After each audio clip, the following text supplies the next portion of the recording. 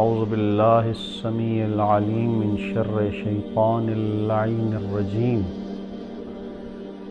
بسم اللہ الرحمن الرحیم الحمد للہ رب العالمین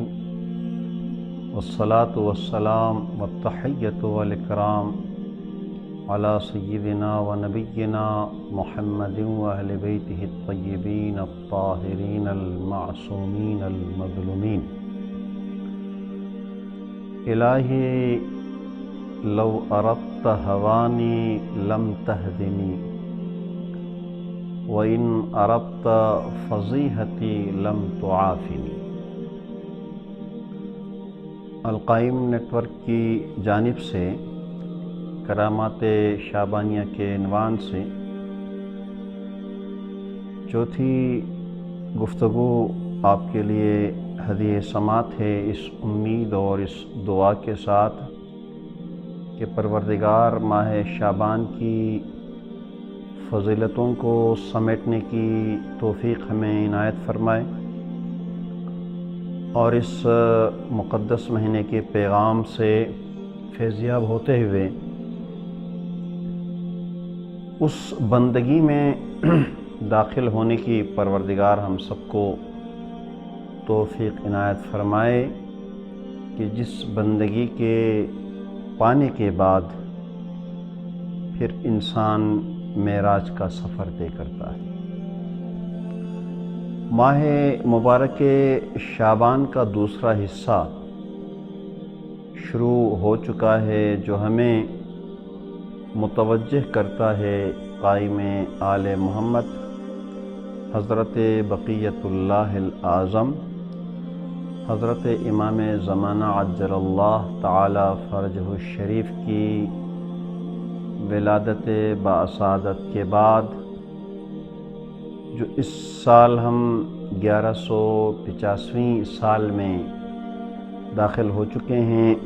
مولا کی ولادت باسعادت کے، اور ظاہر ہے کہ یہ ہستی، یہ حجت خدا قائم آل محمد اور بقیت اللہ الاعظم، یہ وہ ہستی ہیں کہ جن کی بشارت گزشتہ انبیاء نے بھی دی اور پیغمبر اسلام نے بھی آپ کی بشارت عطا فرمائی، اور 11 ائمہ طاہرین علیہم السلام نے بھی اس حجت خدا کی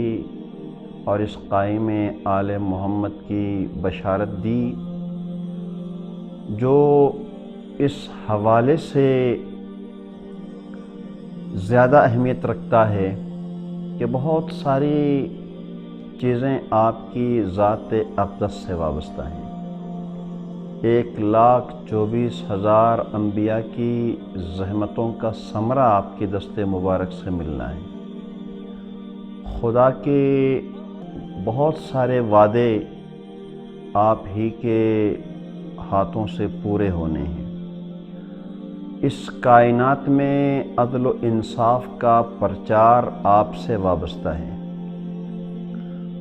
خدا کے دین کی حاکمیت آپ ہی سے منسوب ہے، اور ظلم و جور کا خاتمہ آپ ہی کے دست مبارک سے ہونا ہے۔ اور جس طریقے سے بہرحال روایات بہت ساری ملتی ہیں اور اس پر ایک مفصل گفتگو کی ضرورت ہے، لیکن اس مختصر دورانیے کے پروگرام میں ایک پیغام کی طرف اور ایک لمحے فکرے کی طرف ہم سب کو متوجہ رہنا چاہیے، وہ یہ کہ ان انبیاء و مرسلین اور ائمہ معصومین علیہم السلام کی ضرورت کیوں رہتی ہے؟ کیا ضرورت تھی انزال کتب کی، ارسال رسول کی، اور پھر ائمہ معصومین کے انتصاب اور ان کے مبعوث کرنے کی، ان کو ذمہ داریاں دینے کی؟ آج امت اسلامیہ کے بہت سارے معاشروں میں اور نظریات میں اس چیز کو جگہ ملنی چاہیے کہ کیا ضرورت تھی کتابوں کے نزول کرنے کی؟ کیوں ضرورت پڑی کچھ ہستیوں کو بحیثیت نبی جو ہے وہ بھیجنے کی اور کچھ ہستیوں کو رسالت پر مبعوث کرنے کی؟ اور پھر یہ دستور خداوندی ہے اور دین الہی کا حصہ ہے کہ وہاں پر امامت کا تصور دیا گیا، اور پھر اس امت کو امام دینے کی ضرورت کیوں پڑی؟ بہرحال اس کی تفصیل میں جانے کا وقت نہیں ہے اور موقع بھی نہیں ہے، لیکن اس جانب آپ کی توجہات مبذول کرانی مقصود ہے، جس طریقے سے مناجات شعبانیہ کہ جو اس مقدس مہینے کی مناجات میں سے ہے، جس کی بہت تاکید کی گئی ہے پیغمبر اسلام اور آپ کی آل کے وساطت سے جو تاکید ہمیں ملتی ہے، اور دعاؤں کی کتاب میں یہ دعا یعنی یہ مناجات شعبانیہ کے عنوان سے ملتی ہے۔ بہت پرمغز دعا ہے، مناجات ہے، جس کے اندر اس جانب بھی توجہ دلائی گئی کہ الہی ان اردت ہوانی لم تہدی، اے معبود، اے پروردگار، اگر تیری مشیت یہ ہوتی کہ تو مجھے رسوا کرنا چاہتا تو لم تہدنی، کہ تو میری ہدایت نہیں کرتا۔ وَإِنْ أَرَدْتَ فَضِیحَتِی، اگر میری رسوائی، میری کمزوری اگر جو ہے وہ تجھے منظور ہوتی، تیرے ارادے میں ہوتی، تو لم تعافنی، تو مجھے تندرستی تو عطا نہ کرتا۔ یقیناً رب العزت اپنے بندوں کی ہدایت کرنا چاہتا ہے، اور یہ ہدایت کے یہ ذرائع ہیں۔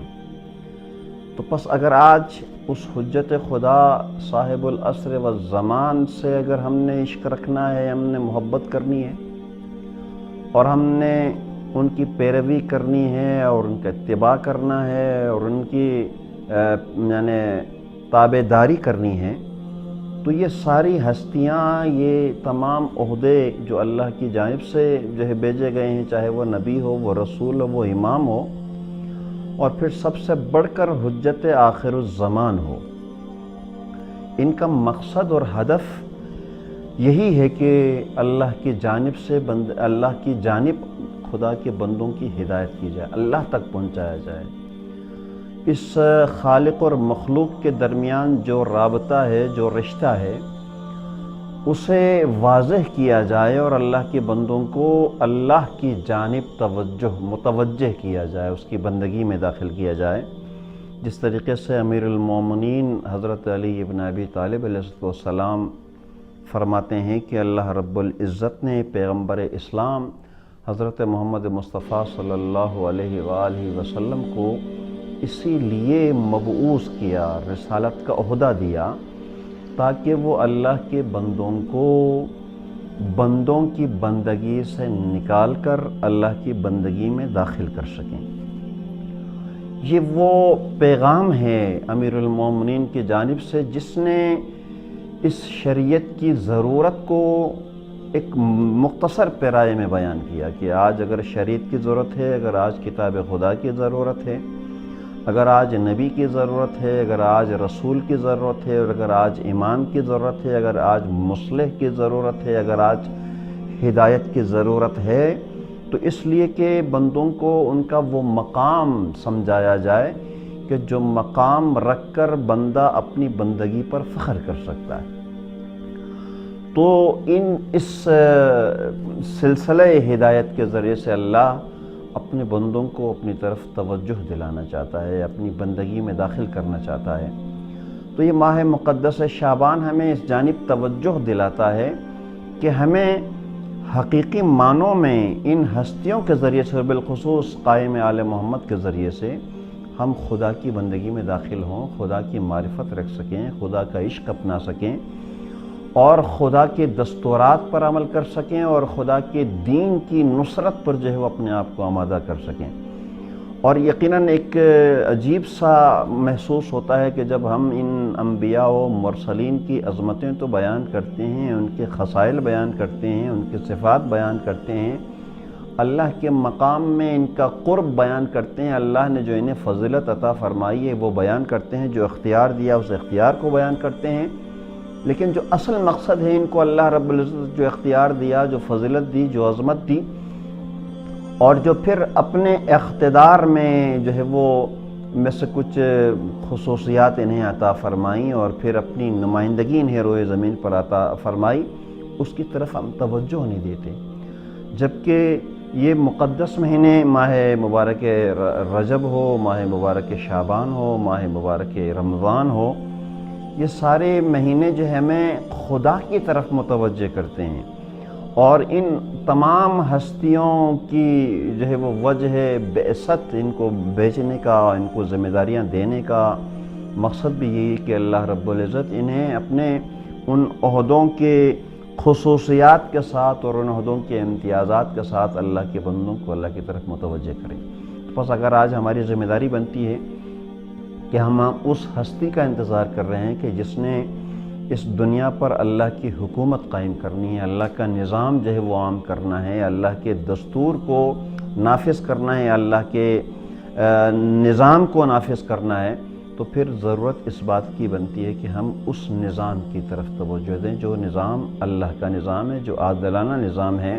جو محبت کا نظام ہے، جو اخوت کا نظام ہے، جو عدل و انصاف کا نظام ہے، جو حق گوئی کا نظام ہے، جو حق پرستی کا نظام ہے۔ اور یقیناً اگر ہم آج اس مقدس مہینے میں حق پرستی کی طرف توجہ دیں، اس نظام کی طرف توجہ دیں، نظام خدا ہے، اور خدا نے بھی اپنے جانب سے حجت معین کی ہیں، چاہے وہ نبی کی صورت میں ہو، چاہے وہ رسول کی صورت میں ہو، چاہے وہ امام کی صورت میں ہو، اور شیعہ عقیدے کے مطابق غیبت عصر غیبت میں جو راویان حدیث ہیں جنہیں مجتہد کہتے ہیں، اور ان مجتہد میں سب سے زیادہ بااختیار ولی فقیہ سے اگر ہم نے جڑنا ہے تو وہ نظام خدا سے جڑنے کے مترادف ہے۔ رب العزت کی بارگاہ اقدس میں